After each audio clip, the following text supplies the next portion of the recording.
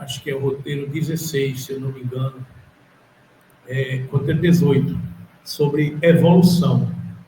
E a gente iniciou esse estudo e não deu para concluir, e a gente vai concluir nesse estudo de hoje. Na verdade, isso aqui, a intenção é esclarecer o significado de evolução, segundo filosofia, ciência e principalmente a pegada espírita dessa questão de evolução, né? Então, a gente viu que evolução é um processo gradual de desenvolvimento biológico e espiritual. E o Espiritismo esclarece que a evolução acontece nos dois planos da vida, o plano físico e o plano espiritual, e que todo processo evolutivo teve início com a união do princípio inteligente ao princípio material. Então, é todo aquele estudo que a gente se desenvolveu com as pegadas de teoria de evolução das espécies, de Charles Darwin, de Mendel, questão da ciência que vai evoluindo nesses aspectos, né? E como a questão dos fósseis, que nos falam das camadas geológicas, que dão sinais da evolução da humanidade. Ou seja, a ciência a ciência mede muita coisa a partir da geologia, né? A arqueologia, você vai estudando todos esses fenômenos, todas essas situações, essas circunstâncias que falam na história viva da humanidade. As camadas da Terra dão sinais do que houve no processo de evolução da humanidade, né? Então, a gente vê que a anatomia comparada entre os seres vivos nos mostram de um princípio de alguma inteligência. Ou seja, o esqueleto do homem, da rã, do morcego, do golfinho, do cavalo, quando a gente vai ver os órgãos e estruturas anatômicas, eles são análogos, são parecidos, a mesma nomenclatura de ossos, de tendões, os mesmos movimentos. Então, tudo isso nos fala de uma evolução, não é? Então, isso é a ciência humana que consegue ter essa percepção. As semelhanças físicas do Australopithecus, do Homo habilis, do Homo erectus, Homo sapiens e o Homo sapiens sapiens, que finalmente ele se ergue, anda e sai caminhando, né? Então, a questão dos embriões, que a anatomia percebe, né? O embrião da tartaruga, da galinha, do porco e do homem. Você vê as figuras, você vê que são muito semelhantes, o que mostra uma formação de um corpo que aprendeu junto, que caminhou por toda essa evolução, né? Então, os resultados das análises bioquímicas têm confirmado as estimativas de parentesco entre as espécies obtidas por meio do estudo de fósseis e anatomia comparada. Isso reforça ainda mais a teoria de que os seres vivos atuais resultam da evolução dos seres vivos que viveram no passado, estando todos os seres vivos relacionados por graus de parentesco mais ou menos distantes. Então, todos nós temos uma caminhada evolutiva, corpo e espírito, né? Então, a questão, o espiritismo, a evolução dos seres vivos, inclusive a humana, ocorre nos dois planos da vida, o físico e o espiritual. Aí fala da questão da mônada celeste, a ação dos trabalhadores espirituais, o protoplasma que envolveu toda a face da Terra, né? Então, a gente vai estudando tudo isso. São séculos de atividade silenciosa. Os imensos laboratórios da natureza, né? A questão das alterações no perispírito, que para o princípio inteligente se transformar em espírito, foi preciso percorrer longa jornada evolutiva nos reinos inferiores da natureza, em ambos os planos da vida, até obter condições para a humanização, transformando-se em um ser dotado de razão e de livre-arbítrio. E longa foi essa jornada, do princípio inteligente se individualizando, até se tornar espírito. Estima-se 1,5 bilhão de anos. Então, o processo da jornada do princípio inteligente se tornar espírito, estima-se 1,5 bilhão de anos.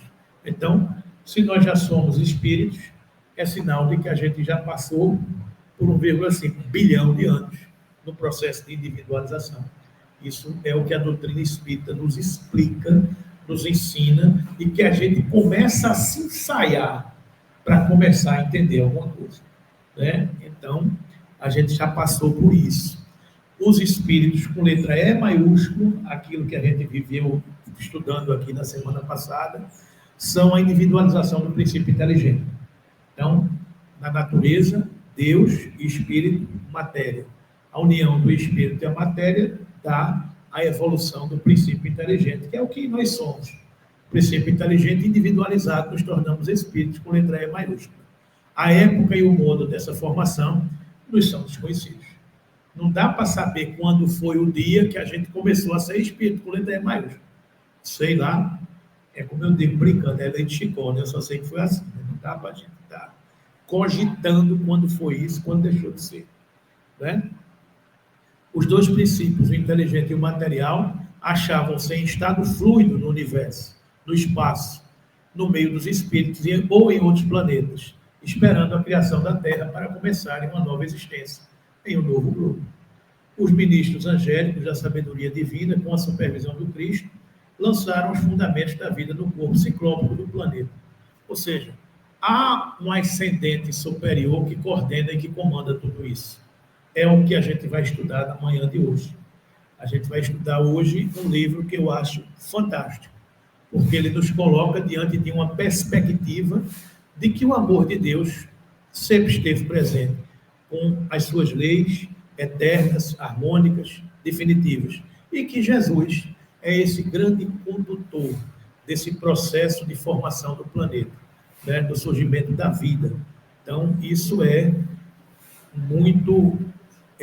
muito interessante quando a gente passa a perceber, e isso nos dá uma serenidade muito grande, quando a gente passa a perceber um ascendente superior. A gente percebe que não existe aleatoriedade, que as coisas não acontecem por acaso, que tudo está dentro de um ciclo que faz parte da evolução humana, né? Então, isso é muito legal. Quando a gente olha assim, puxa vida, tudo tem começo, tudo tem meio e tem um objetivo. Nada acontece sem perspectiva, né? Então, isso é muito gratificante quando a gente começa a perceber esse amor maior que dirige a tudo, que planeja tudo e que nos conduz, não é? Pois não.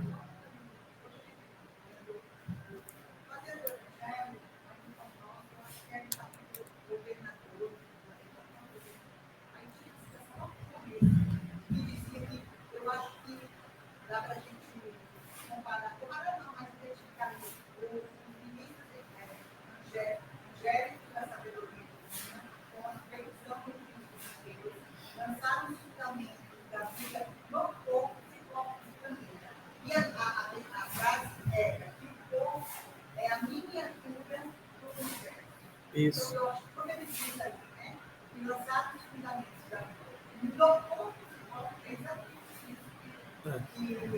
É porque as leis que governam, as leis que governam o micro são as mesmas que governam o macro. Então, nós somos um mini-universo. Nós, corpo físico e espiritual, nós somos um mini-universo. Né? Se você observar o movimento dos planetas, ele é semelhante ao movimento das células. O núcleo, os elétrons giram em torno, então, os modelos são muito parecidos. As leis de atração, de gravidade, são muito semelhantes. Essas forças envolvidas são muito semelhantes, né? Então, a gente não pode deixar de cogitar de uma inteligência suprema causa primária de todas as coisas. Quando você começa a perceber a sintonia, a lógica, a razão, a moral, a ética, o amor envolvido, você começa a perceber de que isso não pode ser obra do acaso, né? Então, tudo isso é Deus. Tudo isso são mensageiros, ministros angélicos da sabedoria divina, que pegam essas informações e que manipulam este fluido universal, e tudo é plasmado em nome do amor, né? Se você está preparando a casa para receber um filho, o que é que você faz? Não, você primeiro prepara o quartinho, né? Depois faz a mobília, compra as roupinhas, compra os móveis, prepara tudo para a chegada do neto ou da neta, né? Assim. Então, primeiro se preparou a terra, né? Então, é o que a gente viu aqui, ó. Ao sopro criador da inteligência, eterna inteligência, dera nascimento à província terrestre, no estado solar que pertencemos. A imensa fornalha atômica estava habilitada a receber as sementes da vida. E sob o impulso dos gênios construtores que operavam no orbe nascituro, vemos o seio da terra, recoberto de mares mornos, invadido por gigantesca massa viscosa, a espraiar-se no colo da paisagem primitiva. Dessa geleia cósmica, protoplasma, é o nome disso, verte o princípio inteligente em suas primeiras manifestações, trabalhadas no transcurso de milênios pelos operários espirituais. As mônadas celestes, ou seja, o princípio inteligente, exprimem-se no mundo através da rede filamentosa do protoplasma, em que se lhes deriva a existência organizada do globo constituído. Ou seja, surge a vida. Quando o laboratório da natureza estava preparado, surge a vida, surgem as mônadas celestes, nascidas no protoplasma, essa camada gelatinosa que se espalhou durante toda a Terra.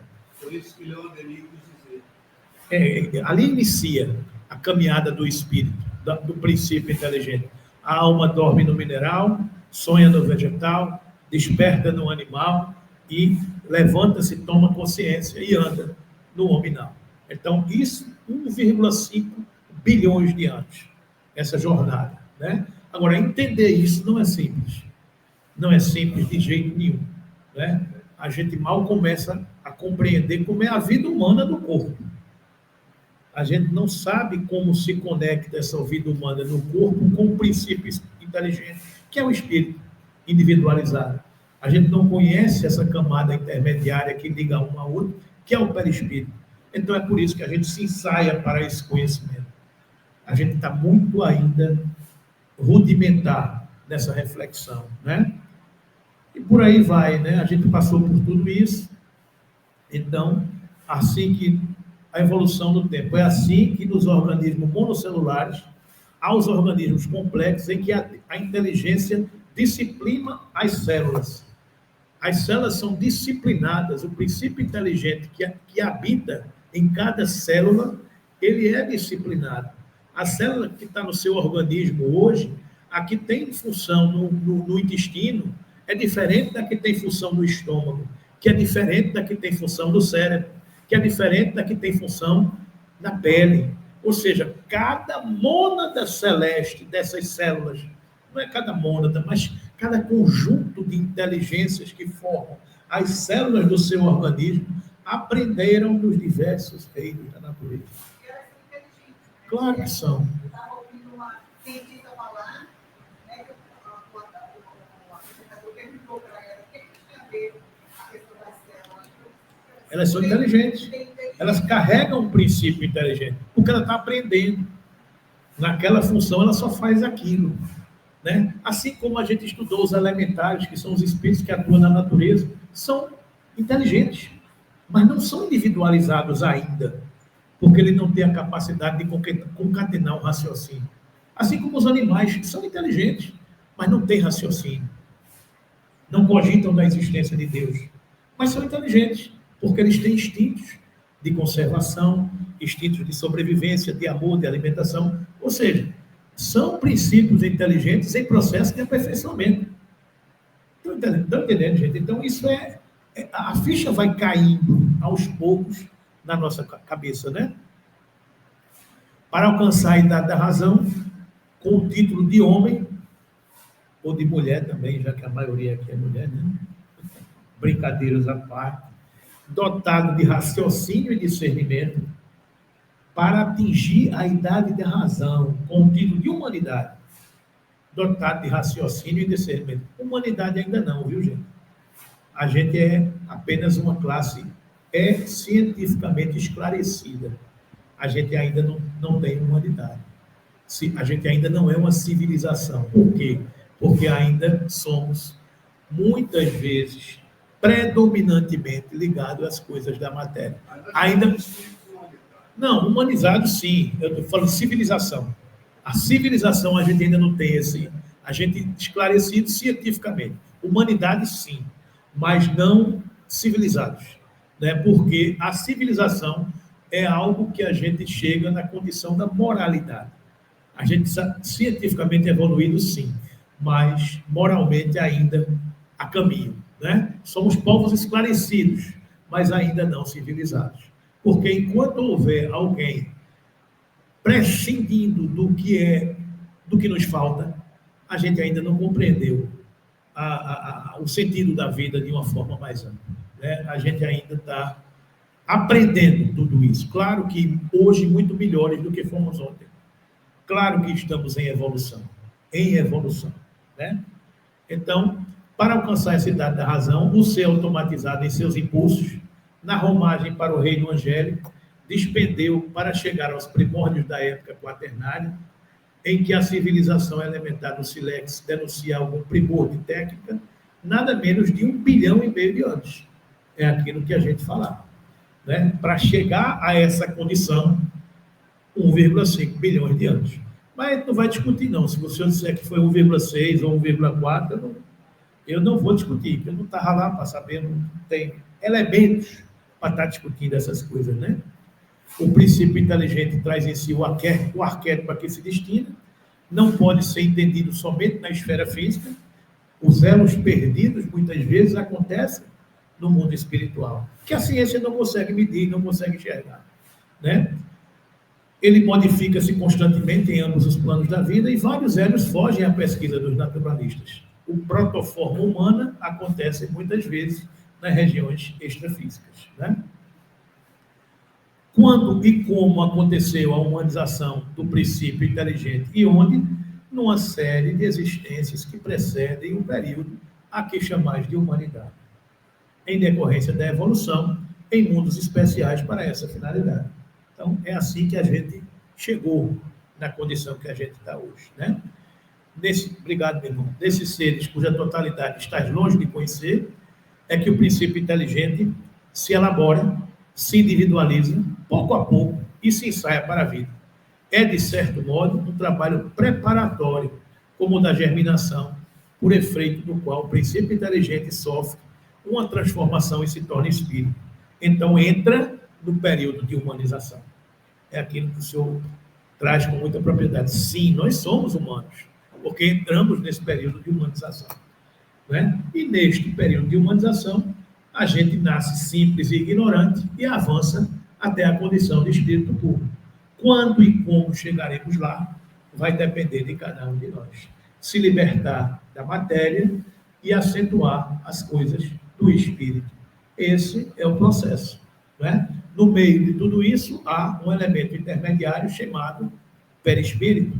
Quanto mais materializado for o homem, mais materializado é o seu perispírito.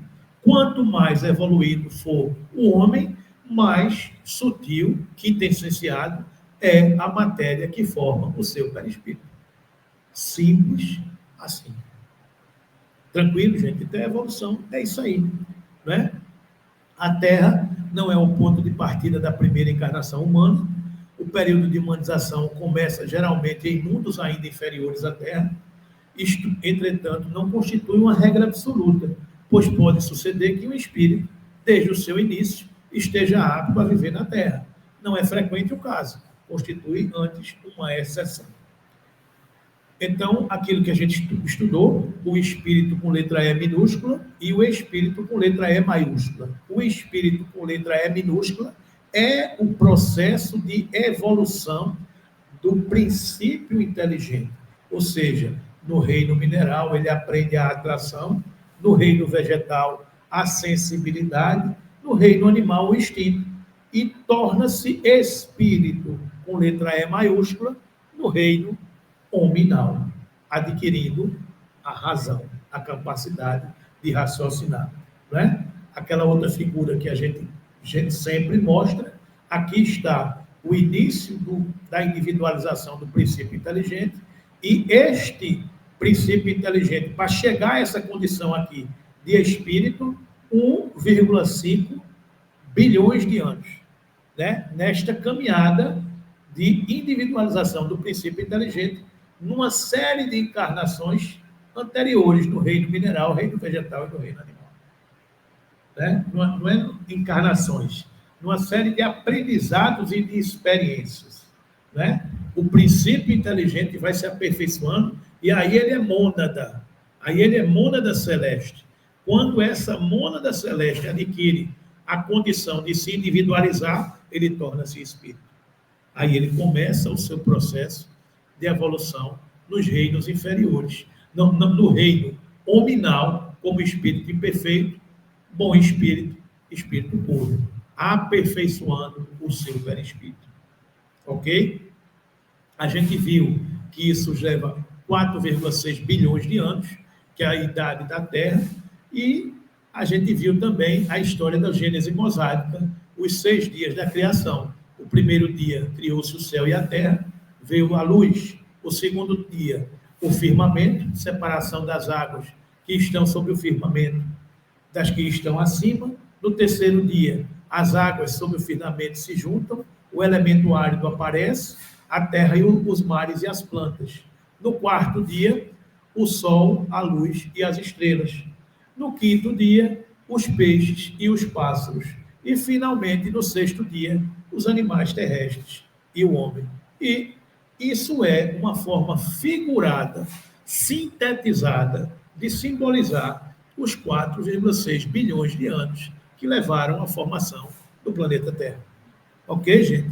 Então, tudo isso a gente viu, inclusive eu repeti esse texto aqui de Kardec, que é algo muito significativo, né? Essa questão do mundo espiritual, da evolução do princípio inteligente, quando o Criador nos diz isso aqui, ó, até aqui, porém, temos guardado, o Criador não, quando o codificador nos diz isso, até aqui, porém, temos guardado silêncio sobre o mundo espiritual.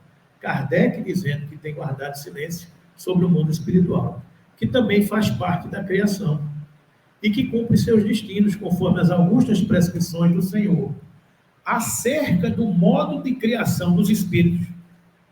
Kardec, item 19 do capítulo 6 do livro A Gênese.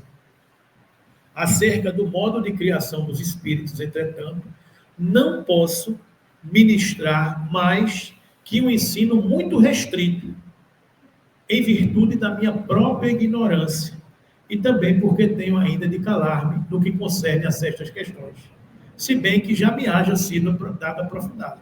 Ou seja, o próprio qualificador silencia, né?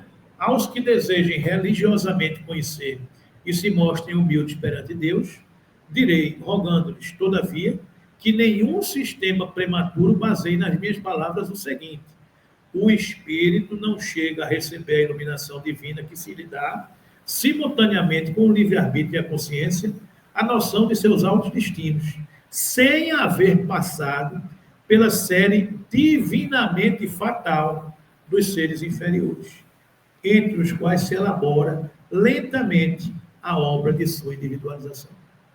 Unicamente a datar do dia em que o Senhor lhe imprime na fronte o seu tipo augusto, o espírito toma lugar no seio das humanidades. De novo peço, não construais sobre as minhas palavras os vossos raciocínios, tão tristemente célebres na história da metafísica. Eu preferiria 1000 vezes calar-me sobre tão elevadas questões, tão acima das nossas meditações ordinárias, a vos expor, a desnaturar o sentido de meu ensino e a vos lançar por minha culpa nos inextricáveis dédalos do deísmo ou do fatalismo. Ou seja, Kardec diz, isso é muito complicado. Não crie teorias na sua cabeça sobre algo que é tão difícil da gente compreender. Isso é um codificador, nos falando desta questão da individualização do princípio inteligente. Né? Porque você vai dizer, não, eu fui planta, eu fui bicho, eu fui animal. Não queira entender determinadas coisas, porque falta. Eu reencarnei nos animais. Não, eu fazia parte de uma mônada celeste, que é um conjunto que aprende, e depois individualmente. Como é isso? Falta ainda a capacidade da gente compreender tudo isso, né? Então, isso foi o que a gente estudou na semana passada, e hoje, como eu disse a vocês, eu sou um fã de Emmanuel e desta capacidade que ele tem de nos mostrar, de conectar ciência, filosofia e religião.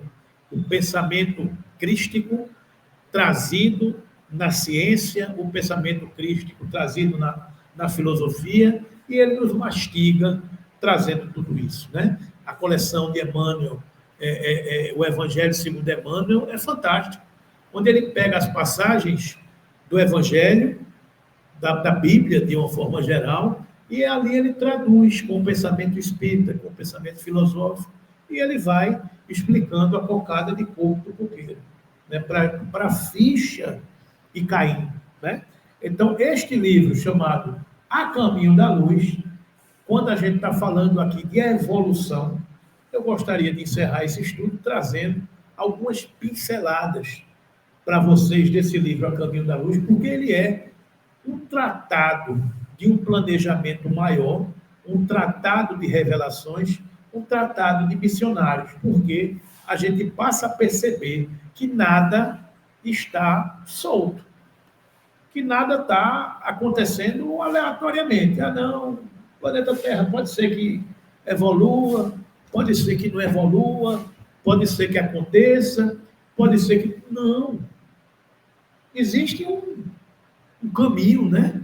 É como se diz aquela história, nada pode parar o que está para acontecer. A gente sempre está dentro de um ciclo. Quais são os ciclos que a gente conhece? Que a ciência humana conhece? Diga aí, minha amiga Rita, quais são os ciclos que a gente conhece?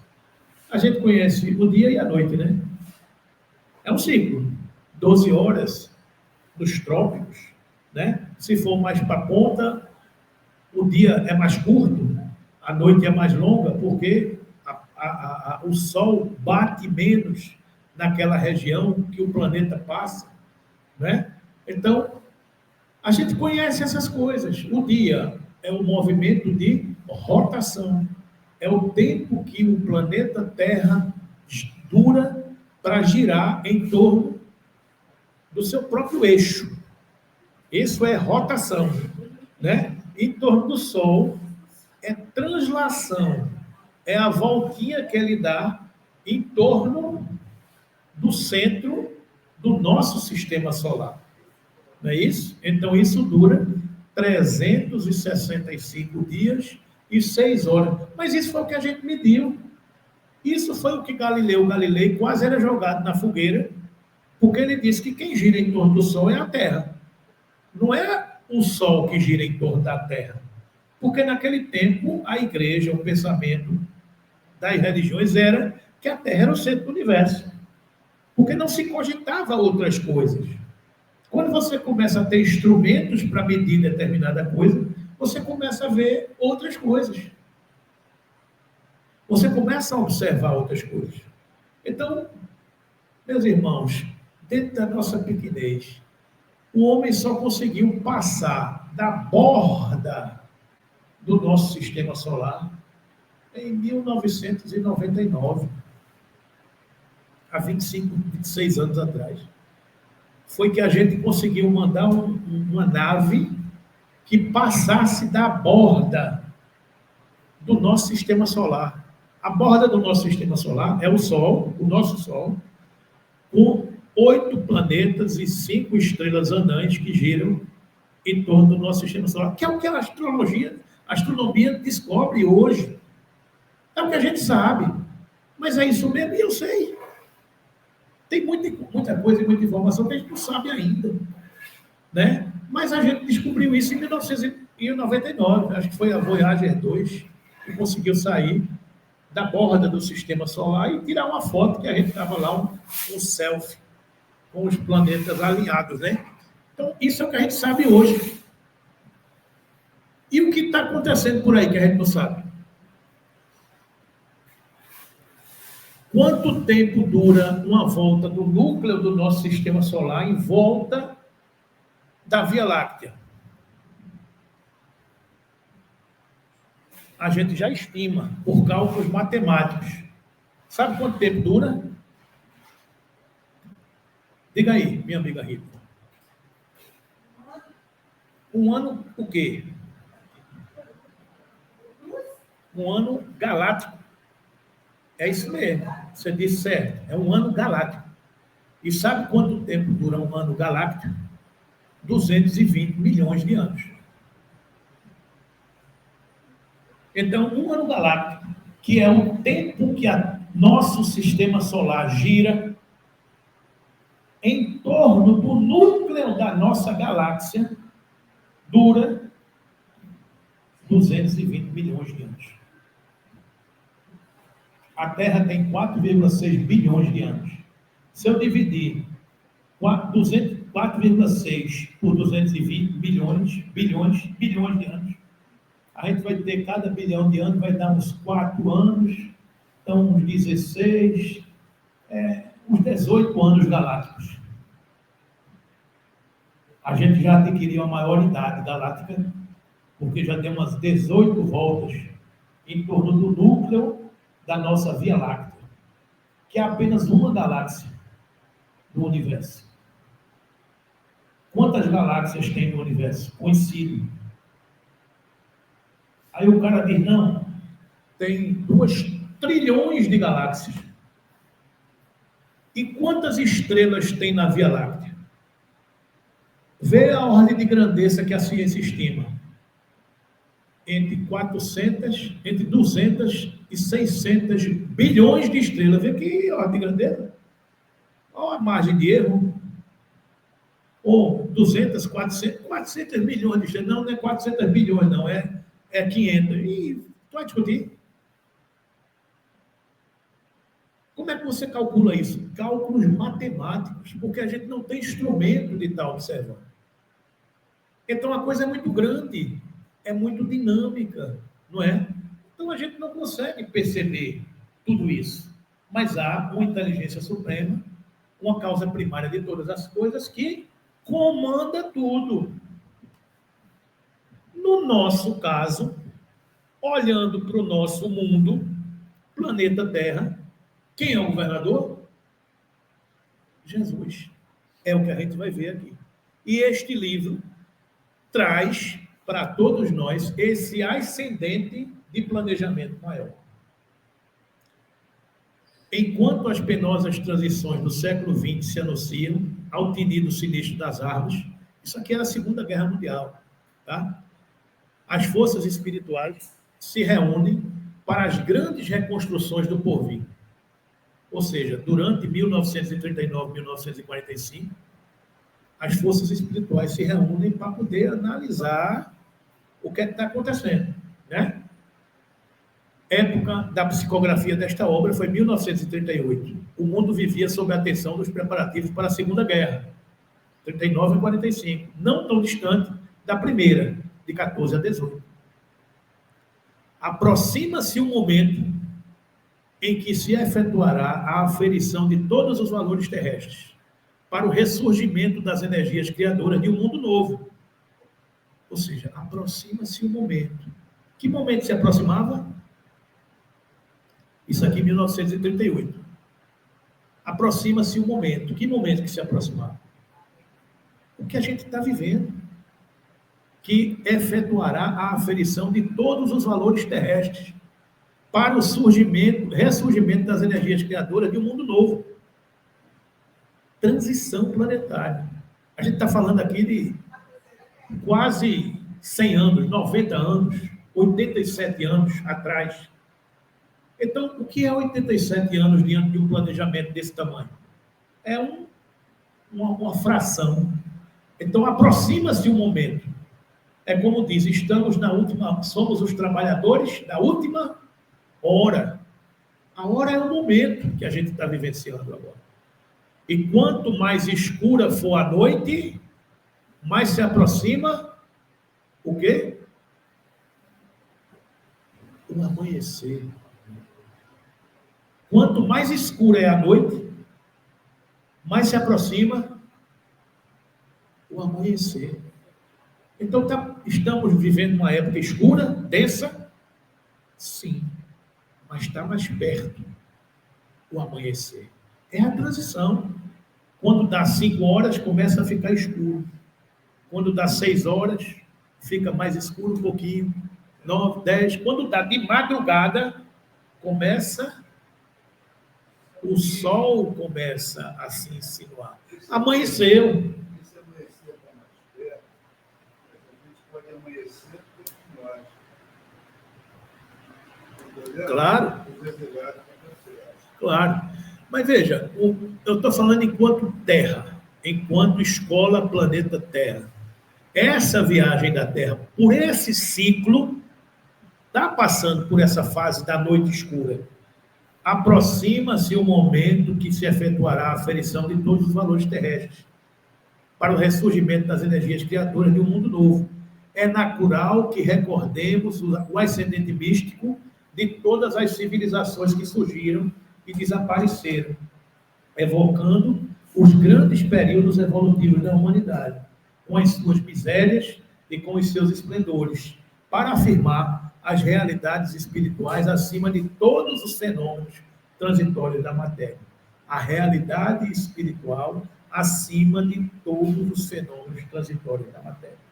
Então, o determinismo do amor presente pelas leis divinas e a condição do Senhor Jesus, né?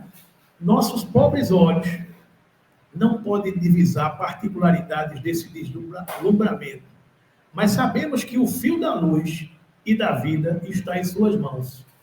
É ele que sustenta todos os elementos ativos e passivos da existência planetária. No seu coração augusto e misericordioso está o verbo do princípio. Um sopro de sua vontade pode renovar todas as coisas, e um gesto seu pode transformar a fisionomia de todos os horizontes terrestres. Passaram as gerações de todos os tempos, com as suas inquietações e angústias. As guerras ensanguentaram o roteiro dos povos nas suas peregrinações incessantes para o conhecimento superior. Caíram os tronos dos reis e esfacelaram-se as coroas milenárias. Os príncipes do mundo voltaram ao teatro de sua vaidade orgulhosa, no indumento humilde dos escravos, e em vão os ditadores conclamaram e conclamam ainda os povos da terra para o morticínio e para a destruição. O determinismo do amor e do bem é a lei de todo o universo, e a alma humana emerge de todas as catástrofes em busca de uma vida melhor.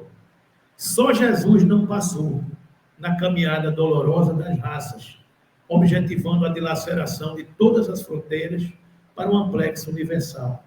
Ele é a luz do princípio, e em suas mãos misericordiosas repousam os destinos do mundo. Seu coração magnânimo é a fonte da vida para toda a humanidade terrestre. Sua mensagem de amor do Evangelho é a eterna palavra da ressurreição e da justiça, da fraternidade e da misericórdia. Todas as coisas humanas passaram. Todas as coisas humanas se modificaram. Ele, porém, é a luz de todas as vidas terrestres, inacessível ao tempo e à destruição. Então, esse é o contexto desta obra, né?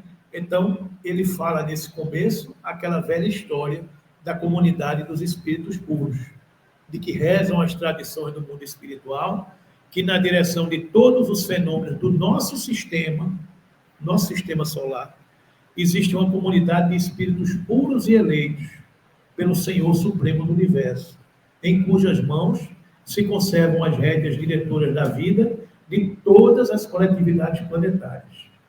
Essa comunidade dos seres angélicos e perfeitos, da qual é Jesus um dos membros divinos.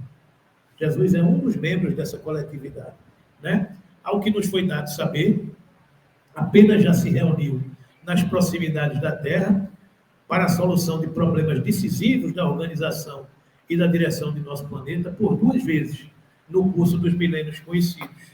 A primeira verificou-se quando o orbe terrestre se desprendia da nebulosa solar, a fim de que se lançassem no tempo e no espaço as balizas do nosso sistema cosmogônico e os pródromos da vida da matéria em ignição no planeta, e a segunda, quando se decidia a vinda do Senhor à face da terra, trazendo à família humana a lição imortal do seu evangelho de amor e redenção.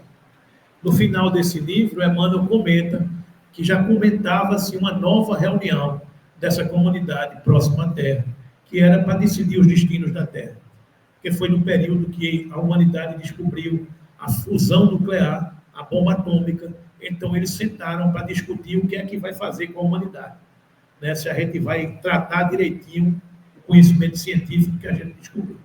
E no final do livro ele menciona que eles se reuniram mais uma vez para discutir essas questões aí, tá? O divino escutou o trabalho de Jesus e sua equipe, a história da evolução, né? Então, sim, ele havia vencido todos os pavores das energias desencadeadas. Com as suas legiões de trabalhadores divinos, lançou o escopo da sua misericórdia sobre o bloco da matéria informe, que a sabedoria do Pai deslocara do sol para as suas mãos, augustas e compassivas. Operou a escultura geológica do orbe terreno, talhando a escola abençoada e grandiosa, na qual seu coração haveria de expandir-se em amor, claridade e justiça. Com seus exércitos de trabalhadores devotados, estatuiu os regulamentos dos fenômenos físicos da Terra, organizando-lhes o equilíbrio futuro na base dos corpos simples da matéria, cuja unidade substancial os espectroscópicos terrenos puderam identificar por toda a parte do universo galáctico. Uma família vai precisar morar num determinado lugar. Então, se recebeu um terreno. Então ele começou a capinar o terreno, limpar o terreno, lançar naquele terreno as bases da construção de uma morada. Então a terra é uma morada, onde nós habitamos. Para que nós fôssemos recebidos, ele recebeu o terreno. O que terreno foi esse? A nebulosa solar. Ele recebeu do divino escultor, que é Deus, a autorização de receber uma nebulosa que se desprendia do Sol e começou a trabalhar aquela massa. Organizou o cenário da vida, criando sob as vistas de Deus o indispensável à existência dos seres do porvir. Fez a pressão atmosférica adequada ao homem, antecipando-se ao seu nascimento no mundo, no curso dos milênios. Estabeleceu os grandes centros de força da ionosfera e da estratosfera, onde se harmonizam os fenômenos elétricos da existência planetária, e edificou as usinas de ozônio a 40 e 60 quilômetros de altitude, para que filtrassem convenientemente os raios solares, manipulando-lhes a composição precisa, a manutenção da vida organizada do orbe. Ou seja, prestou atenção em tudo, né? Definiu todas as linhas do progresso da humanidade futura, engendrando a harmonia de todas as forças físicas que presidem ao ciclo das atividades planetárias. Sob a orientação misericordiosa e sábia do Cristo, laboravam na Terra numerosas assembleias de operários espirituais. Como a engenharia moderna, que constrói um edifício prevendo os menores requisitos de sua finalidade, os artistas da espiritualidade edificavam o mundo das células, iniciando nos dias primeiros a construção das formas organizadas e inteligentes dos séculos por vindouros. O ideal da beleza foi a sua preocupação dos primeiros momentos, no que se referia às edificações celulares das origens. É por isso que, em todos os tempos, a beleza, junto à ordem, constitui um dos traços indeléveis de toda a criação. O ideal da beleza, da harmonia e da ordem são premissas estabelecidas pelo Cristo e seguida pelos seus operários, pelos seus arquitetos, pelos seus trabalhadores, que trabalharam em assembleias numerosas no nosso planeta, a forma de todos os reinos da natureza terrestre foram estudadas e previstas. Os fluidos da vida foram manipulados, de modo a se adaptarem às condições físicas do planeta, encenando-se as construções celulares, segundo as possibilidades do ambiente terrestre. Tudo obedecendo a um plano pré-estabelecido pela misericordiosa sabedoria do Cristo, consideradas as leis do princípio e do desenvolvimento geral. Dizemos que uma camada de matéria gelatinosa, o protoplasma, envolvera o orbe terreno em seus mais íntimos contornos. Essa matéria amorfa e viscosa era o celeiro sagrado das sementes da vida. O protoplasma foi o embrião de todas as organizações do globo terrestre. E se essa matéria sem forma definida cobria a crosta solidificada do planeta, em breve a condensação da massa dava origem ao surgimento do núcleo, iniciando-se as primeiras manifestações dos seres vivos. Os primeiros habitantes da Terra, no plano material, são as células albuminoides, as amebas e todas as organizações unicelulares, isoladas e livres, que se multiplicam prodigiosamente na temperatura tépida dos oceanos. Ou seja, a célula unicelular, a ameba, é a primeira manifestação da vida, para aprender e ir se multiplicando. Quando o corpo nasce, há o quê? Uma multiplicação celular. Aprendeu-se aonde? Na origem. Ensaios assombrosos. Nessa altura, os artistas da criação inauguraram novos períodos evolutivos no plano das formas. A natureza torna-se, então, uma grande oficina de ensaios monstruosos. Após os répteis, surgem os animais horrendos das eras primitivas.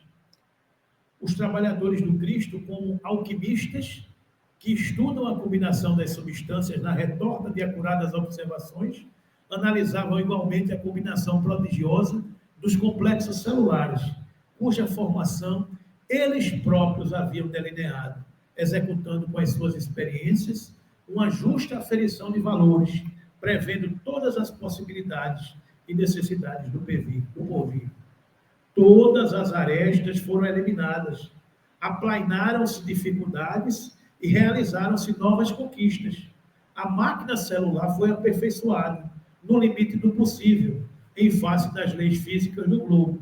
Os tipos adequados à Terra foram consumados em todos os reinos da natureza, eliminando-se os frutos teratológicos e estranhos do laboratório de suas perseverantes experiências. Desapareceram os dinossauros. A prova da intervenção das forças espirituais nesse vasto campo de operações é que, enquanto o escorpião, gêmeo dos crustáceos marinhos, conserva até hoje, de modo geral, a forma primitiva, os animais monstruosos das épocas remotas que lhe foram posteriores desapareceram para sempre da fauna terrestre, guardando nos museus do mundo as interessantes reminiscências de suas formas atormentadas. Ou seja, tudo faz parte de um planejamento para o surgimento da vida organizada no nosso planeta. O reino animal experimenta as mais estranhas transições no período terciário, sob as influências do meio e em face dos imperativos da lei de seleção. Mas o nosso raciocínio ansioso procura os legítimos antepassados das criaturas humanas, nessa imensa vastidão do processo da evolução anímica. Onde está Adão com a sua queda do paraíso?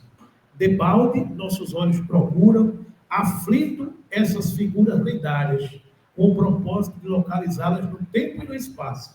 Compreendemos, afinal, que Adão e Eva constituem uma lembrança dos espíritos degradados na paisagem obscura da Terra. Como Caim e Abel são dois símbolos para a personalidade das criaturas, reportando-nos, todavia, aos eminentes naturalistas dos últimos tempos, que examinaram meticulosamente os transcendentes assuntos do evolucionismo, Mendel, Darwin, reportamos-nos a eles, somos compelidos a esclarecer que não houve propriamente uma descida da árvore no início da evolução humana. As forças espirituais que dirigem os fenômenos terrestres, sob a orientação do Cristo, estabeleceram na época da grande maleabilidade dos elementos materiais uma linguagem definitiva para todas as espécies, dentro das quais o princípio espiritual encontraria o processo de seu acrisolamento em marcha para a racionalidade. Os peixes, os répteis, os mamíferos tiveram suas linhagens fixas de desenvolvimento e o homem não escaparia a essa regra geral. Nos mapas zodiacais que os astrônomos terrestres compulsam em seus estudos, observa-se desenhada uma grande estrela na constelação do Cocheiro, que recebeu na Terra o nome de Cabra, ou Capela, magnífico sol entre os astros que nos são mais vizinhos. Ela, na sua trajetória pelo infinito, faz-se acompanhar igualmente de sua família de mundos, cantando as glórias divinas do ilimitado.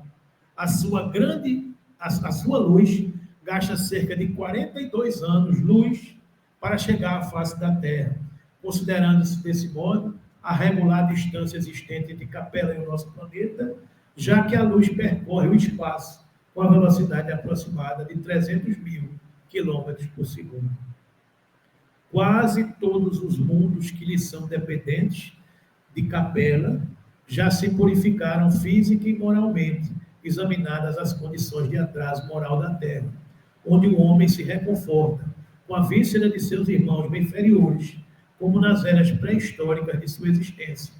Marcham uns contra os outros ao som de hinos guerreiros, desconhecendo os mais comezinhos princípios de fraternidade e pouco realizando em favor da extinção do egoísmo, da vaidade e do seu infeliz orgulho.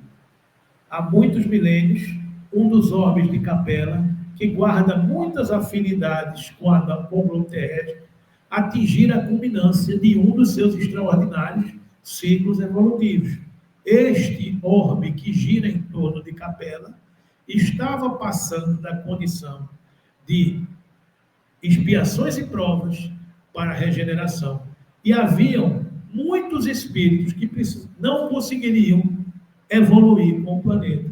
Então, eles foram degradados. Eles saíram de Capela e vieram habitar o planeta Terra. As lutas finais de um longo aperfeiçoamento estavam delineadas, como ora acontece convosco, relativamente às transições esperadas do século XX, nesse crepúsculo de civilização.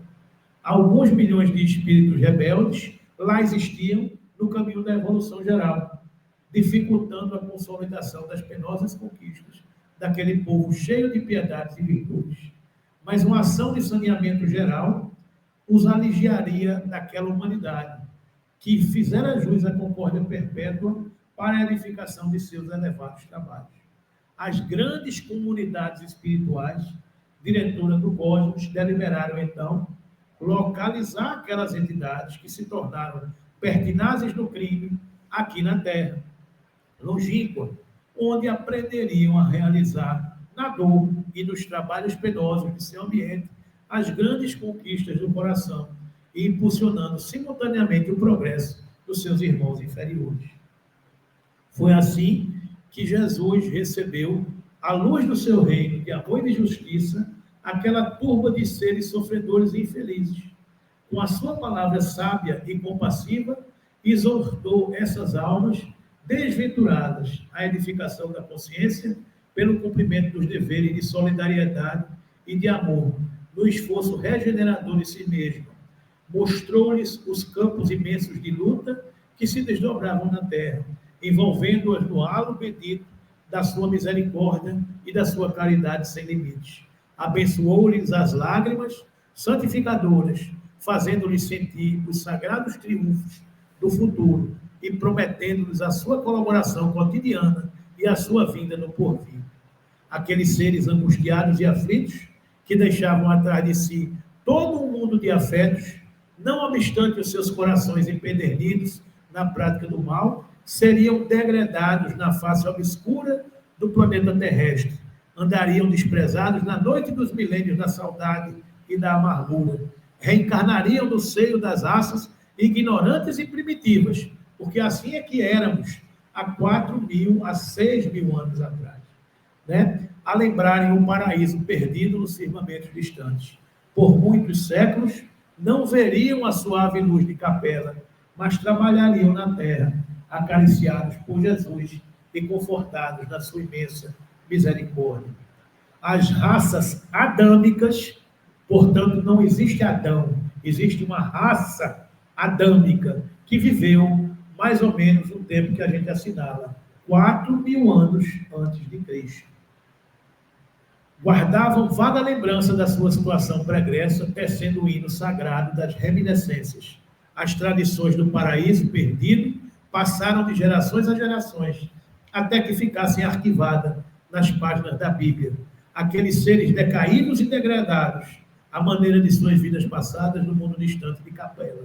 Com o transcurso dos anos, reuniram-se em 4 grandes grupos, que se fixaram depois nos povos mais antigos, obedecendo às afinidades sentimentais e linguísticas que os associavam na constelação do cocheiro.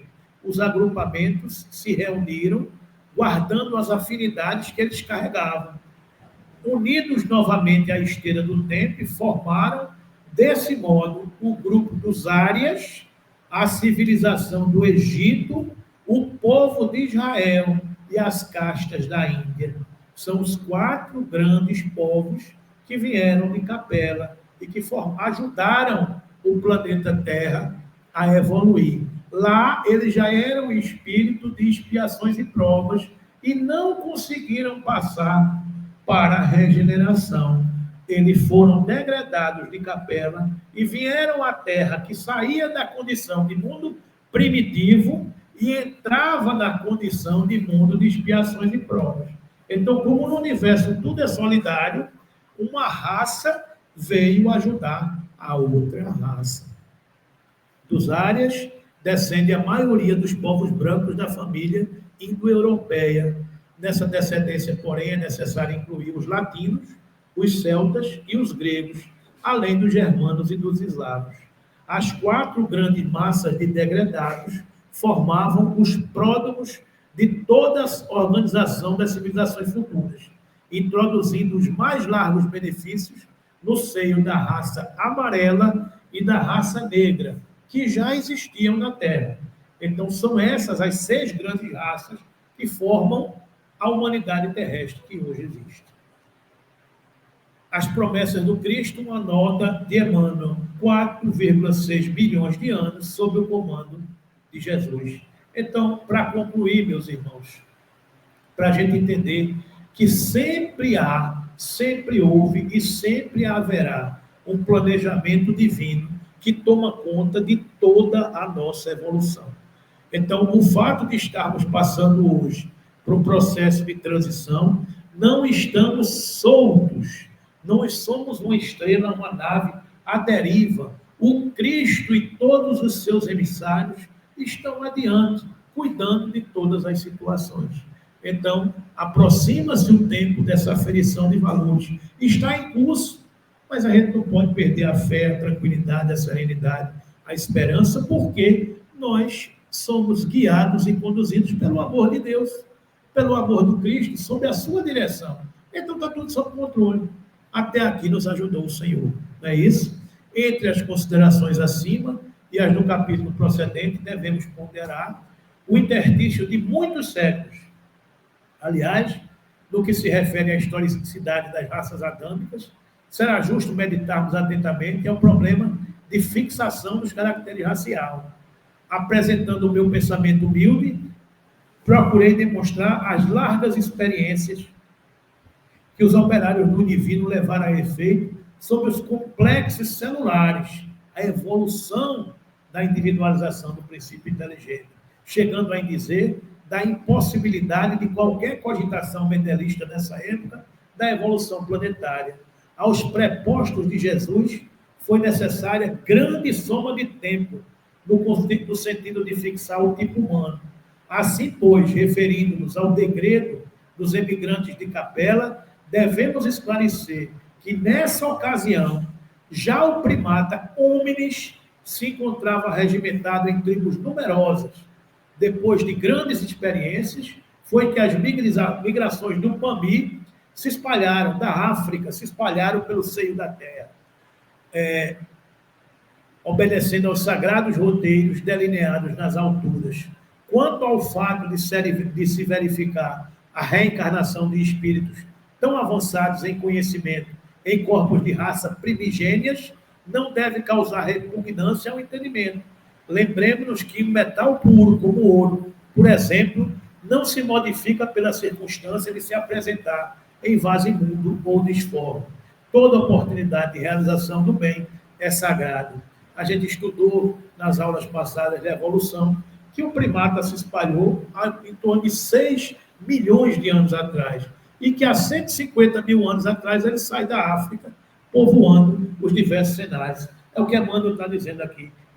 O primata hominis já encontrava no seio da Terra o ambiente para proliferar e para se expandir, né?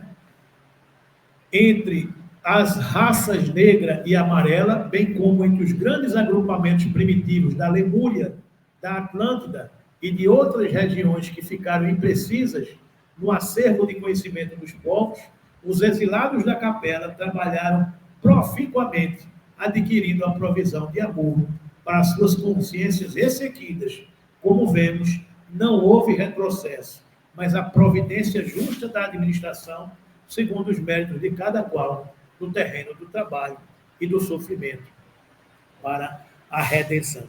Chegamos, meus irmãos, ao final desse estudo da manhã de hoje, esperando ter passado para vocês toda essa vivência da individualização do princípio inteligente e ressaltando e reforçando que é um tema por demais complexo, é um tema por demais difícil da gente compreender, porque faltam-nos muitos elementos científicos para a nossa percepção. E a gente traz, ao final desses estudos, Emmanuel, no livro A Caminho da Luz, para fechar, dizendo que há um planejamento superior, tomando conta de tudo isso, há pelo menos 4,6 bilhões de anos no nosso planeta. Não é? Então, que Jesus nos abençoe e que a gente continue nessa nossa evolução, porque esse é o destino fatal de nossas existências. Não é? Vamos fechando por aqui esse estudo da manhã de hoje, desejando a todos muita paz. E quem